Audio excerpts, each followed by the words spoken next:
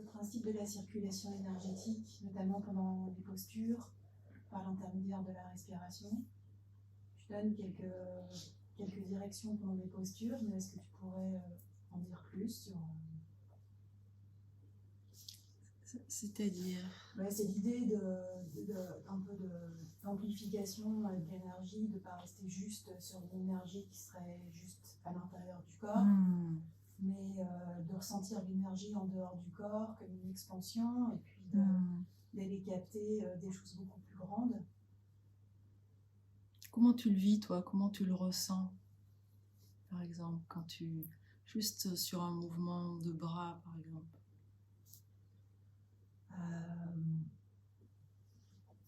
Quand le mouvement est très doux et en effet dans la facilité et vraiment dans la conscience, je ressens très fort l'énergie. Et tu la ressens où? Alors forcément dans la main, un petit peu en dessous de la main comme ça.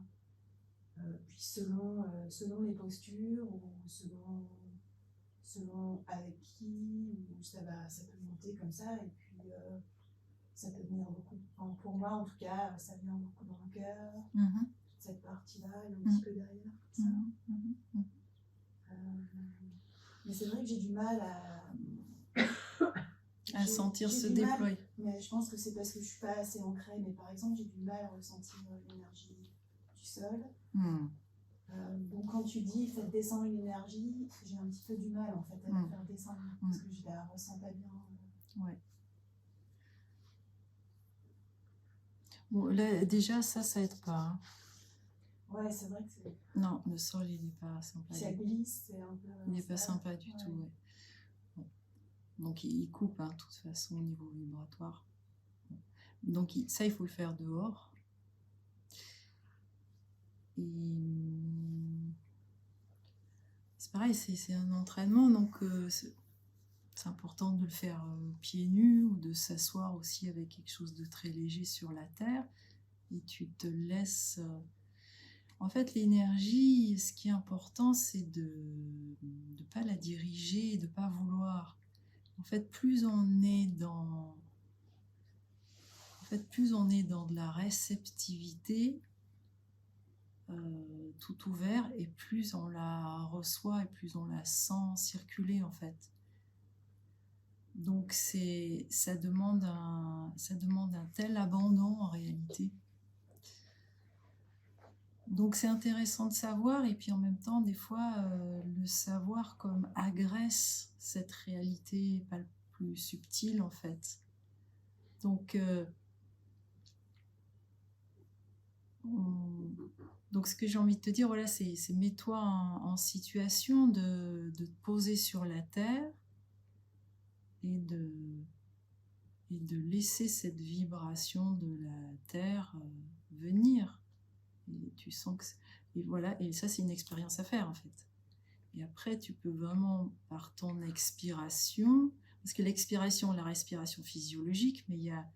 c'est aussi forcément un courant plus subtil. Enfin, il y a un aspect, comment dire, dans la manifestation, il y a un aspect un peu plus grossier, la matière, puis un aspect un peu plus subtil, et puis, ben, voilà, et tout ça, c'est des courants. Donc quand il y a l'expiration,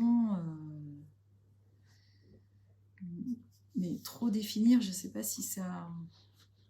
On peut comme intentionnellement diriger le courant vers le bas, on sent comme de l'eau qui coule vers le bas, et puis tu laisses... Et puis mets-toi dehors, mets-toi dans la forêt, et pas trop habillé, et vraiment comment te dire, tu écoutes avec tout ton corps, en fait. Et juste des mouvements comme ça, si tu es juste dans ta pure écoute, tu sens des vagues, en fait. Hop, ça vient, puis hop, ça repart, mais rien n'est visualisé là-dedans. Il faut pas vouloir, je veux pas, si je veux, je sens pas comme ça, donc c'est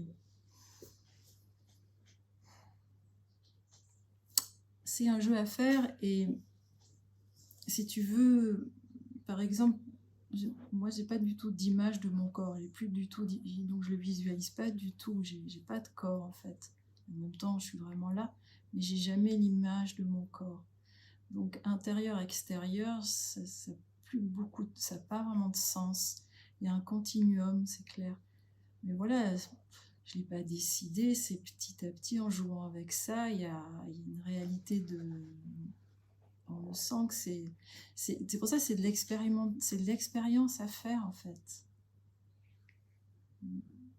Et plus tu es disponible, plus tu es ouvert, moins tu cherches, plus tu es détendu, plus tu sens cette continuité en fait.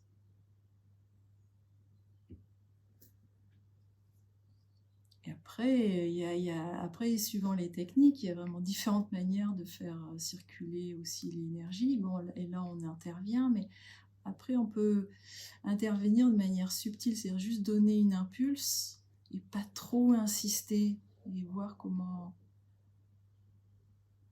ça peut circuler. Ça peut aussi y avoir cette petite circulation. Voilà. Mais quand on dit de sentir le bras qui continue jusque là-bas, c'est justement aussi pour casser cette image du corps. Parce que quand on a l'image très précise du corps, ben on enferme ce qu'on ressent aussi. C'est comme on tient le ressenti, on le cadre, on le rétracte. Si on n'a plus d'image, c'est comme si je sais pas, je sais pas comment l'expliquer, mais c'est comme si cette capacité vibratoire du corps, du coup, pouvait aussi se répandre. Il n'y a pas quelque chose qui la tient, en fait. Et du coup, ben, oui, elle se répand. Quand tu fais un mouvement, tu sens que tu vas... ça n'a pas de fin, en fait. Ça n'a pas de fin. Et quand on dit un mouvement d'aile de papillon a une répercussion de l'autre côté de la planète, c'est de ça dont on parle. Parce que c'est une mer d'énergie. Donc, mais il ne faut pas le fabriquer, ce ressenti. Donc, je ne sais pas, entraîne-toi à... Et c'est pas grave, la visualisation, ça fonctionne un peu au début. Tu peux t'entraîner à sentir que vraiment ton bras va jusqu'au bout. Et au bout d'un moment, la visualisation, elle devient plus lâche. Et c'est vraiment, tu as vraiment le ressenti d'un bras immense qui vient, mais qui n'est pas comme la forme d'un bras. Plus il est loin, plus il est immatériel, plus il est diffus. Donc après, t'expliquer le principe, c'est compliqué, mais je suis d'accord avec toi. Il y a des centres très importants comme le cœur et ici où qui vont il y en a 3 en fait même qui peuvent rassembler, où on sent ça rassemble l'énergie, donc toute la partie basse ça va être quand même là. Tous les mouvements des bras forcément jouent avec la partie du cœur. Et le cœur, il est devant, derrière, sur les côtés, au niveau des aisselles. Mais bon, il est aussi tout autour. Enfin, bon, le cœur, après, il n'y a pas de limite aussi. Donc, ce qui est bien, c'est que toi, tu expérimentes et de faire attention de ne pas enfermer ta sensation dans l'image de ton corps. Pas trop évidemment, on formule des choses contradictoires quand on essaye de s'approcher de ce qui est vrai, donc en même temps on visualise ça, mais en même temps on essaye aussi de ne pas visualiser, de ne pas avoir d'image, c'est-à-dire quand on ferme les yeux, par exemple le ressenti de la main. Moi, je sais qu'il y a des moments, j'ai fait ça en me disant, bon, alors j'ai jamais vu une main de ma vie, je ne sais pas ce que c'est qu'une main, j'ai jamais vu aucune représentation, donc je suis complètement amnésique. Comment se présente la main, en fait, à moi? En enlevant absolument tout ce que je sais. J'ai pas d'image, je sais même pas la forme qu'elle a. Qu'est-ce que je reçois comme information? et tu laisses la main parler. Et c'est étonnant parce que ça ne correspond pas à... Elle n'a pas vraiment de forme, cette main. Tu as des points de densité, mais elle n'a pas du tout cette forme-là, en fait. Et tu peux faire la même chose avec tout ton corps, mais c'est intéressant de le faire avec la main, avec les doigts. Voilà.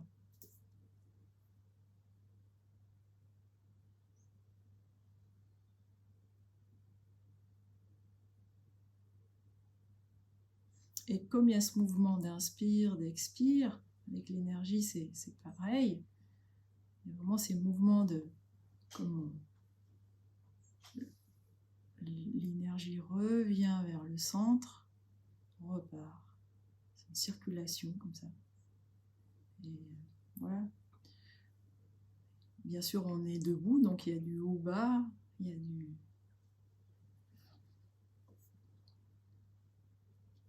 devant, derrière, sur les côtés.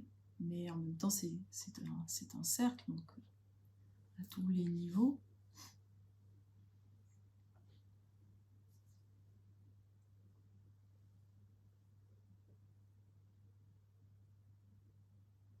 Et donc c'est pareil, voilà, quand tu te mets sur la terre, bon, tu sais rien, et alors c'est quoi la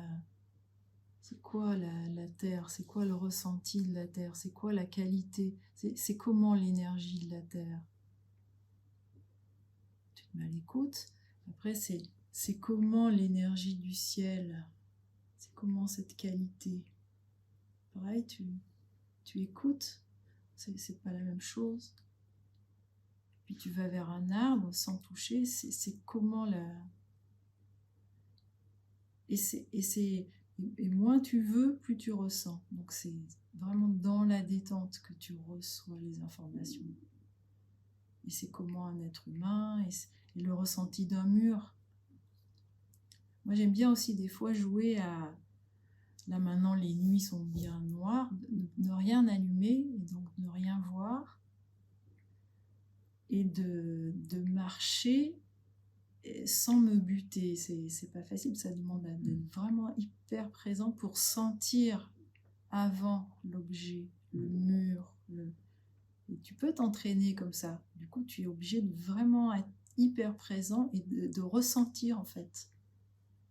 Et on a tous cette capacité.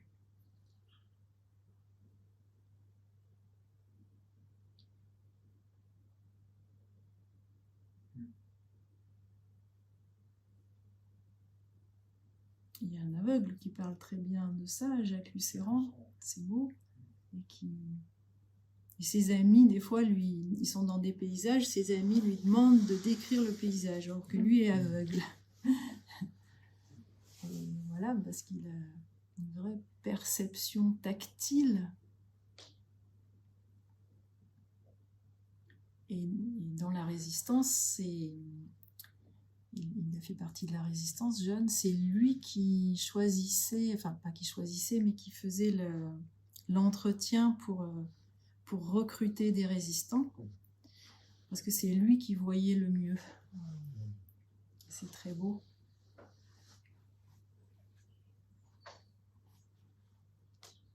Il s'est jamais trompé, sauf une fois, mais il explique, parce qu'il a été troublé, il n'a pas vraiment fait confiance, mais quelque part il savait, et voilà. Mais sinon il s'est jamais trompé.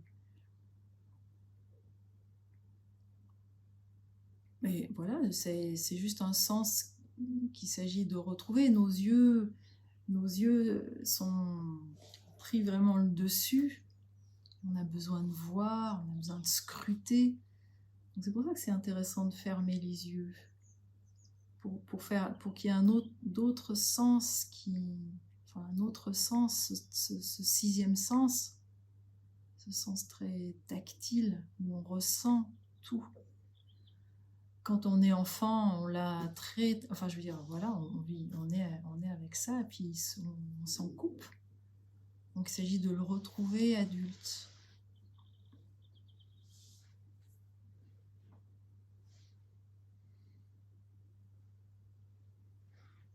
Et c'est une histoire de confiance, en fait, aussi, pour le retrouver, hein, parce qu'on se fait plus confiance à ce niveau-là. Donc, de confiance, de se réinstaller dans dans cette présence, dans cette base, parce que c'est, voilà, ça c'est notre discours qui nous dit tu es nul, tu vas pas y arriver, tu sens rien, etc. Voilà, ça, classique. C'est même pas la peine que tu essayes, tu es complètement insensible, et voilà, il coupe tout.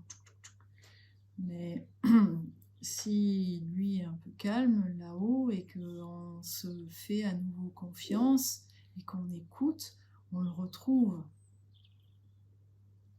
Parce qu'il est endormi, mais il est là, il est vivant.